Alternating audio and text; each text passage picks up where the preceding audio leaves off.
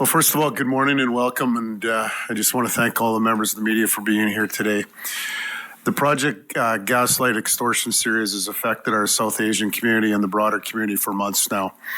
The frightening nature of this series has meant we needed to build relationships, strong relationships with the community and work together. And the community is showing us a willingness to do so. So I want to start today by thanking everyone who was courageous enough to come forward with information of any kind. They have helped us to get to the point of this investigation of why we are here today. I want to also thank the media, especially our local South Asian outlets, for their excellent reporting and ongoing engagement on this file. Your reach and connection to the community has helped us get the word out and keep talking, which obviously generates information. While we've made significant strides of progress to date, we know there's much more work to do. Just this morning, an arson occurred at the Kavanaugh neighborhood that we believe to be connected. I want to take a minute to make it abundantly clear to those committing these crimes. We will not stand for you intimidating Edmontonians, period, and stop. There will be serious consequences, and it's only a matter of time before we find you. The Edmonton Police Service and all of our officers will continue to be relentless. In addition to the events this morning, we know there are others who have been targeted that haven't yet come forward. My appeal to you is please do so. These individuals will be held accountable. Lastly, I want to recognize the Project Gaslight investigators. This investigation is being led by our Edmonton Drug and Gang Enforcement sections, but it has brought police officers together throughout the service across the country as well as internationally. At the EPS, we have dedicated a tremendous amount of resources to this case. It has been all hands on deck. I can't say enough to this team of investigators who continue to work tirelessly on this file. The sheer volume of evidence and information they have reviewed to get to this point is simply staggering. And the fact that we are here today to talk about 7 accused and 54 charges only months into such a complex investigation is a very encouraging sign. This involved enormous cooperation from across EPS as well as other jurisdictions. Because while extortion events in other parts of Canada are not directly connected to our criminal group, our investigators have been in ongoing communication with police in BC, Ontario, nationally through the RCMP National Coordination and Support Team. And speaking of the team, we are joined today by Superintendent Adam McIntosh from the RCMP National Coordination and Support Team leader, who I'd like to invite up to the podium to say a few words, and when it's all done, we'll be able to answer some questions. Thank you.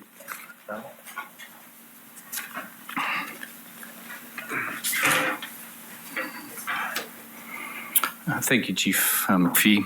Hello and bonjour. I want to take a minute and acknowledge the significant work that has been done by the Edmonton Police Service to advance Project Gaslight. Their efforts are a great example of the incredible work being done here in Edmonton and in a number of other cities to address a series of extortions that have targeted South Asian individuals and businesses.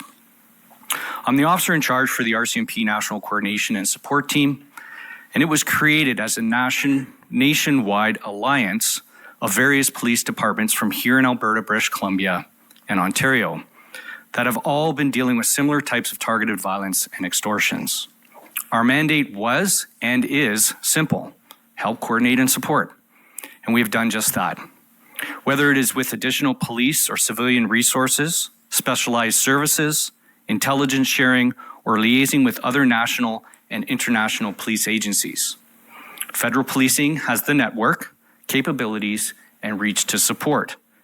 It must be noted that the various police services, such as our colleagues here with the Edmonton Police Service, were already well positioned to succeed and have made significant progress.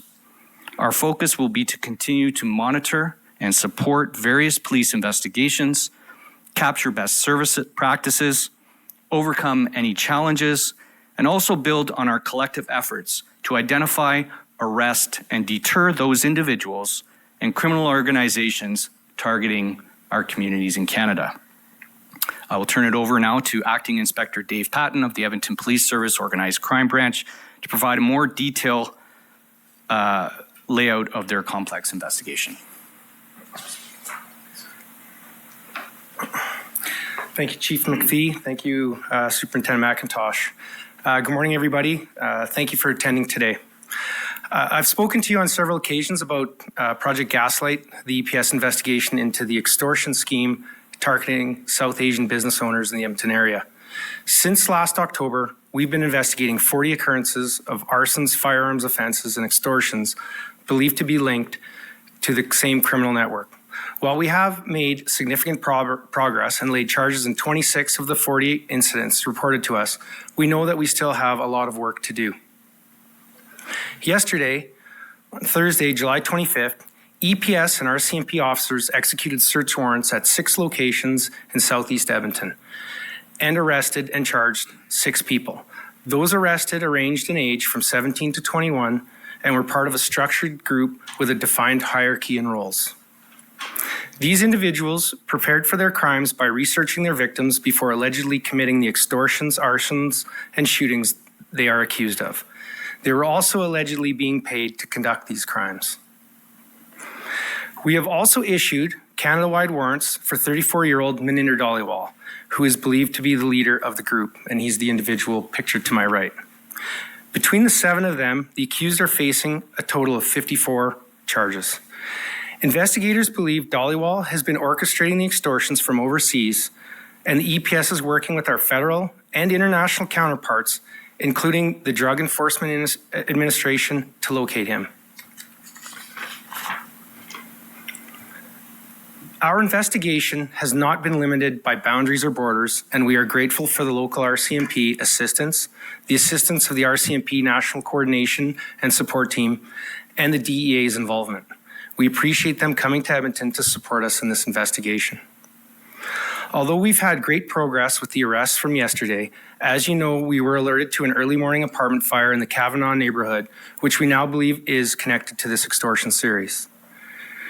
While our investigation is still fresh in its early stages, there isn't much detail I can provide beyond the fact that we are investigating it at this time. We appreciate our community and local media who have been engaged throughout this investigation, and we'd like to take this opportunity to appeal to them one last time.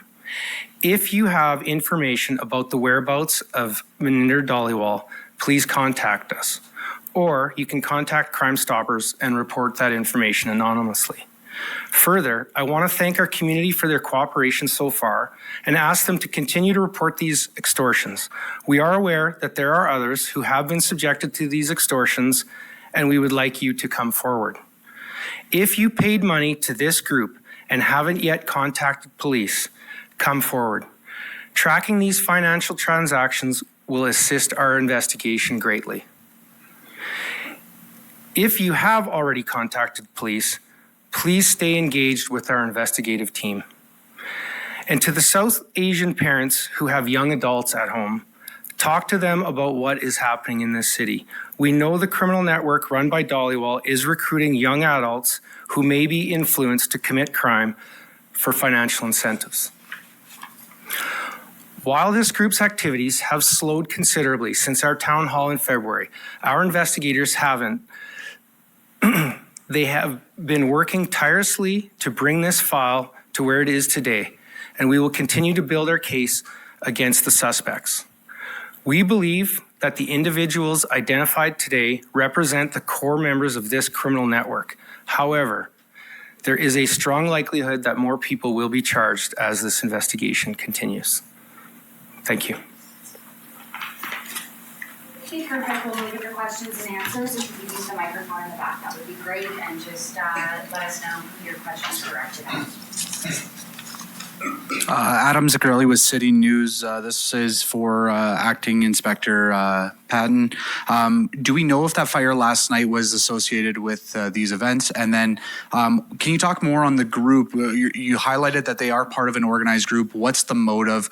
Is it just financial gain, or is there something bigger at work here? Yeah, so with respect to the fire, it is our belief that it is related to this series. As for the motive to the overall series, it is financial. Eric Bay, Global News. This will also be for the acting inspector, I believe. With the 6 people who were arrested, do we know whether or not they were here on student visas? So I'm not aware of the student visa situation, but I'm aware that I believe 2 of them were permanent residents. One of them was a permanent resident. I believe 2 of them were Indian nationals, and the remainder are Canadian citizens. And with in respect to Dhaliwal, do you know, is he still overseas? His whereabouts are uncertain.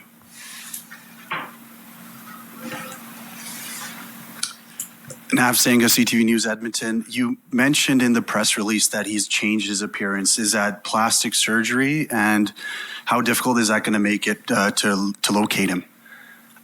It's uncertain as to exactly what has been done to alter his appearance. But I can say that we are working with as far as locating his whereabouts, we're working with our both national and international counterparts to locate his whereabouts. I'm not sure what the number was last time. Was it 32 incidents or 36 before the 40? Do you remember? I think at the time, the last time we met, I think we were quoting approximately 34. So we've had obviously some additional extortions that have been made in the recent weeks, as well as our belief in that arson last night or in the early morning of hours of today was related. But then also we've just through some revision of the files that we've had, and the work our investigative team has done, we were able to uncover additional events that, through similar fact evidence, we believe are also related to this series. The additional 6, were they all arsons or were they shootings? I'm sorry, I don't have the breakdown. I don't believe any of them were shootings. Well, there was a little bit of a break. Now it seems like it's starting up again. How concerning is that for police? Yeah, it's absolutely very concerning. It's our belief at this time that, again, this person is actively recruiting people. Again, that's the reason why we're making the statement to know what your kids are up to. I'd also like to say, just, with respect to those individuals that are being recruited, it's important for them to know that they're patsies. They're patsies for this individual. And make no mistake, this person will abandon them when the time comes. Adam Zuccarelli with City News again.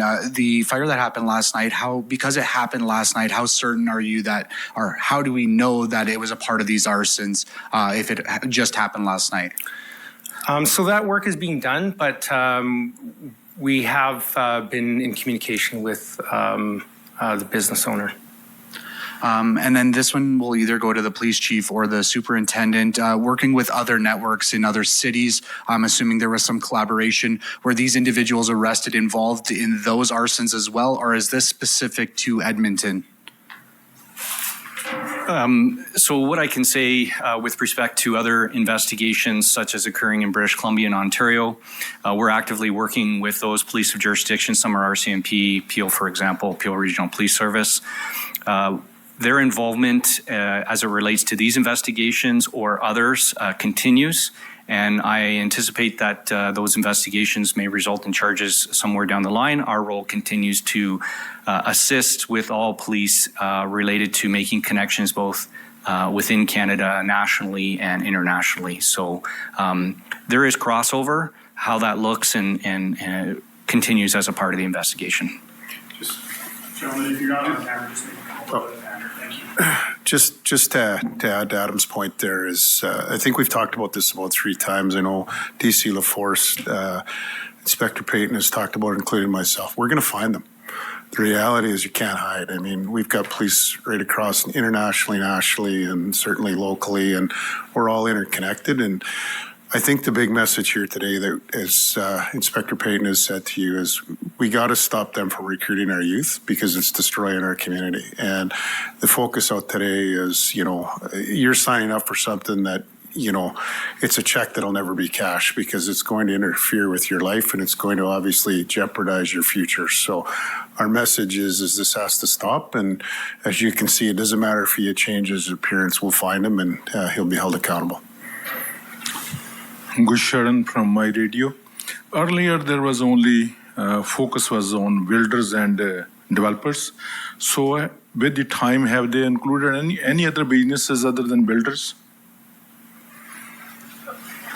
Sorry, I didn't quite hear your question, but I believe you were asking if there's other industries that are being targeted. Yes. I know the problems that were caused to the home builders and that industry here in the city. So I can say that in one of the more recent extortions, it's not related to a home builder, but I really don't want to identify the industry. With the ongoing relationship with India, are we getting cooperation from Indian forces? So when we start to talk about international relations, that's something that would be best served by Global Affairs Canada and the federal government as it relates to the current relationship with the government of India. What I can say from a national perspective, a federal policing perspective, we've always continued to work with the government of India as it relates to investigations that have an international component, and that continues to this day.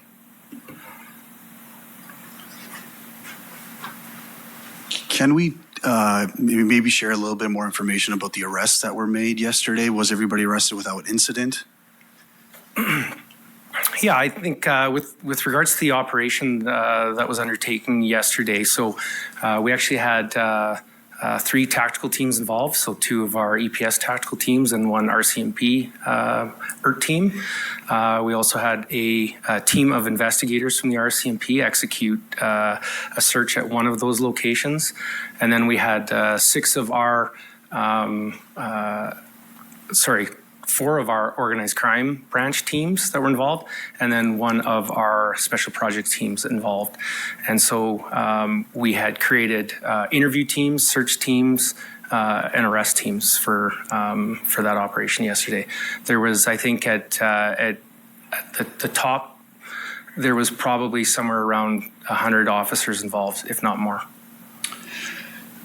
Can you share a little bit more about the recruitment tactics? People were arrested yesterday, but then there's another arson this morning. How is this individual recruiting these people? So we don't have a whole lot of clarity as to the recruitment and how that's being undertaken. Again, it is our belief that this group has a hierarchy. That recruitment could come in the form of messages passed down to people who are in our midst in this city. And then it's their responsibility to then go out and try to recruit them. It is our belief that that recruitment comes along with the idea that they will have financial gain were they to participate in these activities. Stephen Cook, CBC News. Previously we've heard that the investigation believed this was being orchestrated from India. I know you said Maninder, Dhaliwal, whereabouts unknown. Do we know if it has been orchestrated completely from India, or has Maninder Dhaliwal been in Canada? I can say that at times, for sure, that these activities were being orchestrated from India. As to the totality of the events, I'm not able to provide that information. Okay. And my understanding is there were 6 arrests previously around April. We have about 6 more arrests, so 12 total at the moment. That math may be wrong, but I mean, is there any indication of the size of this organization, and is it with the recruitment sort of constantly growing? Yeah, that's a great question. So, and again, it just speaks to the importance that we're trying to provide to the community, that they need to speak to their family members. I believe at one point we've had over 20 targets that we were looking at, 20 individuals that we were looking at that we believe that they were participating in these events. Any of the recent people charged with the crime are repeat offenders or all freshies? So there were some individuals that have been charged previous, and they have been picked up along with the operation yesterday. Adam Zagrelli with City News again. Maninder Dhaliwal, do we know if he's dangerous? There's a Canada-wide warrant out for his arrest.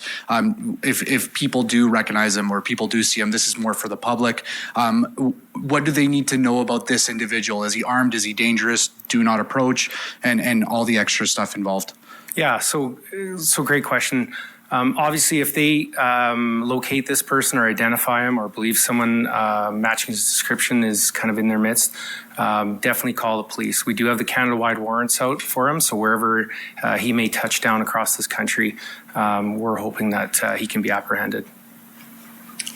Does Maninder have any ties to any gangs at all? So it is our belief that Maninder Dhaliwal is affiliated with the Brothers Keeper organized crime group out of the Lower Mainland. However, as far as our investigative team goes, we refer to this group as the Dhaliwal crime group. Does that impact the investigation at all? Like, will you be investigating in BC? Are you working with Lower Mainland RCMP?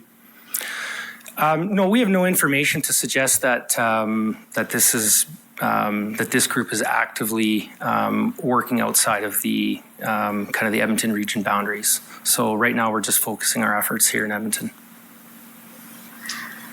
Do you have a middle name for Dhaliwal? We can get that to you. Lauren Boothby, Edmonton Journal.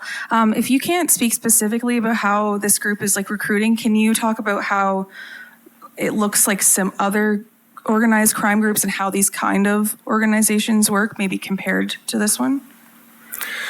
Well, I guess it would depend on what their what their activities are. So, I mean, in this case, it's extortions, and others, it's different types of commodities. Whether that commodity is drugs, cigarettes, and so all of them have, I guess, shapes and sizes that seem to align with the activities that they're conducting. Sorry, I meant more like in the terms of the recruiting. Okay. Sorry, I'd like to add a piece there with respect to that. So I think if you look at any traditional organized crime, street level drugs, they all kind of work under the same modus operandi or MO with respect to the fact that they take advantage of vulnerable people who may need money, may find themselves in some sort of predicament, and they cultivate a relationship with that person and engage them involved into some level of crime. So it's very traditional in that sense. It's not separate to the South Asian community who are involved in these extortions. And it's a big component, to go back to what the chief said, and is that we need to be raising awareness in twofold areas. One is with respect to supporting the community members who may become victim of extortions, who may be the ones that are receiving threats, and how to address that, such as contact your police, get involved early, and the others around recruitment and trying to stop people. So to reiterate what was already said, whether you're here in Edmonton or across the country, is talk to your kids, talk to your families, communicate, and raise awareness around how they try to recruit people. If you said he's with the Brothers Keepers, is he, or do we think it's Brothers Keepers is like leading this across Canada, or is he kind of broken off from them, came here, and it's completely unrelated? He just used to be associated with them. So I think when we start talking about organized crime groups, I think it was quite clear that the information, to reiterate, is supported that this is the Dhaliwal crime group specific to Edmonton. But a lot of these organized crime groups are connecting with each other across the country internationally. And so it's very difficult to say specifically how one is interacting with the other. That's a part of the investigation. And the good part that's occurring here is that collaboration, whether it's through us, part of the NCST, or whether it's Edmonton talking to CFSEU in the Lower Mainland or in Peel or whatever. All those are occurring. We continue to interact with each other, communicate intelligence, and work to dismantle these organized crime groups and prevent crime. Good morning. A question for Acting Inspector Payton, Sean Butts, Edmonton Journal. Just a question about Mr. Dhaliwal. Does he have ties to Edmonton? Is he from Edmonton? It seems that he was able to target specific people in specific industries? You seem to know the players. Does he have people working on the ground doing that, or is he from here? Yes, he has ties to the city and is from Edmonton. I just want to clarify because, in April we had 34 incidents. Now we have 40. There was a break, it seemed, between January and April, no new incidents. You said you've gone back and reassessed certain things. Just since that April update, like how many of those incidents have occurred since? So you're right. So actually, since I believe it was January 29th, we had not had any occurrences. And it's only recently that they've kind of seemed to spark up again. The ones that we're referring to, those additional occurrences, those were kind of uncovered through the overall investigation, events that were related but maybe not captured at the time. Can you throw a number on that since that? Yeah, I would have to kind of sit down with our team to kind of get you the exact number. Oh, no, of course. I had one more thing. Just in the April update, there was an Arjun Sanan who was charged in relation to 3 drive-by events with this investigation. It was believed he had fled to India. Is there any update on his status? We have no update on his status at this time. Question for Chief McKeith. So this investigation is obviously involving a lot of officers. It's been going on for months. They're not stopping. Just your general thoughts on how these people continue to do this? Well, I mean, it's now time for our justice system to hold them accountable in every way we can. Obviously, part of that is justice system, could be incarceration, could be everything at our disposal, whether actually, we look at things like deportation, if that's applicable or whatever. So I think right now our investigators right across the country and internationally have done a great job of gathering the evidence to get us to today. I think now it's that working relationship with the justice system to ensuring that these folks aren't going to do this again. That's the start. But I think the other piece has been articulated here 3 or 4 times is that message needs to be sent to others that don't get involved in this stuff. It makes no sense. It doesn't pay. When they probably started out, they probably thought this was a low level and that they weren't going to be caught or held accountable. And now that you've got a whole bunch of lives that are changed, and they're changed for a long time now. So, the message is we're going to find you. We're going to hold you accountable. And if this is what you choose to do, it's not going to end well for you. So, and just, I think the other piece to this now is to find the main person responsible and actually hold him accountable. And obviously, everything that we have at our disposal within the justice system to ensure that this person isn't doing this, because it's not just the individuals or the people that are affected by a fire or an extortion, but it scares a whole community because you just don't know where they are, and it's time for that to stop. And, I think we're serving notice here today. We're coming. And I know last time no one has come forward saying that they've paid the extortion money. Has that changed at all? Yeah, so I know I've stated throughout these media events that we had no information to suggest that any of our complainants had paid. I can tell you that at this time in the investigation, we are aware that some of our complainants have paid money. Do you know how much? I don't have the exact numbers, no. Ask a couple of questions there. How long has this warrant been in place? Is it just starting today? And has he traveled back to Canada since the warrant was basically put in place? Yeah, so the warrant was put on the system yesterday in conjunction with all of the arrests that took place. As far as his travels back to this country, to our knowledge, he has not come back to this country. I don't know what the passport systems are like in other countries. Is there a possibility that he may have access to a fictional passport? Those are things that we're looking at. Inspector, I know you said the youths who had sort of been recruited into this were patsies. The question is, are they being promised money and then not paid? Or are they being promised money and paid a little? Like, are they completely being left out to dry here? Yeah, I mean, no doubt, this is a fool's errand. We've information on our investigation to strongly suggest that they have been paid, but they've also again been abandoned. So I want them, my message to them is to be aware of that. This guy will not be there for you in the totality of the circumstances that they'll face once they are brought to justice. Thank you, everyone.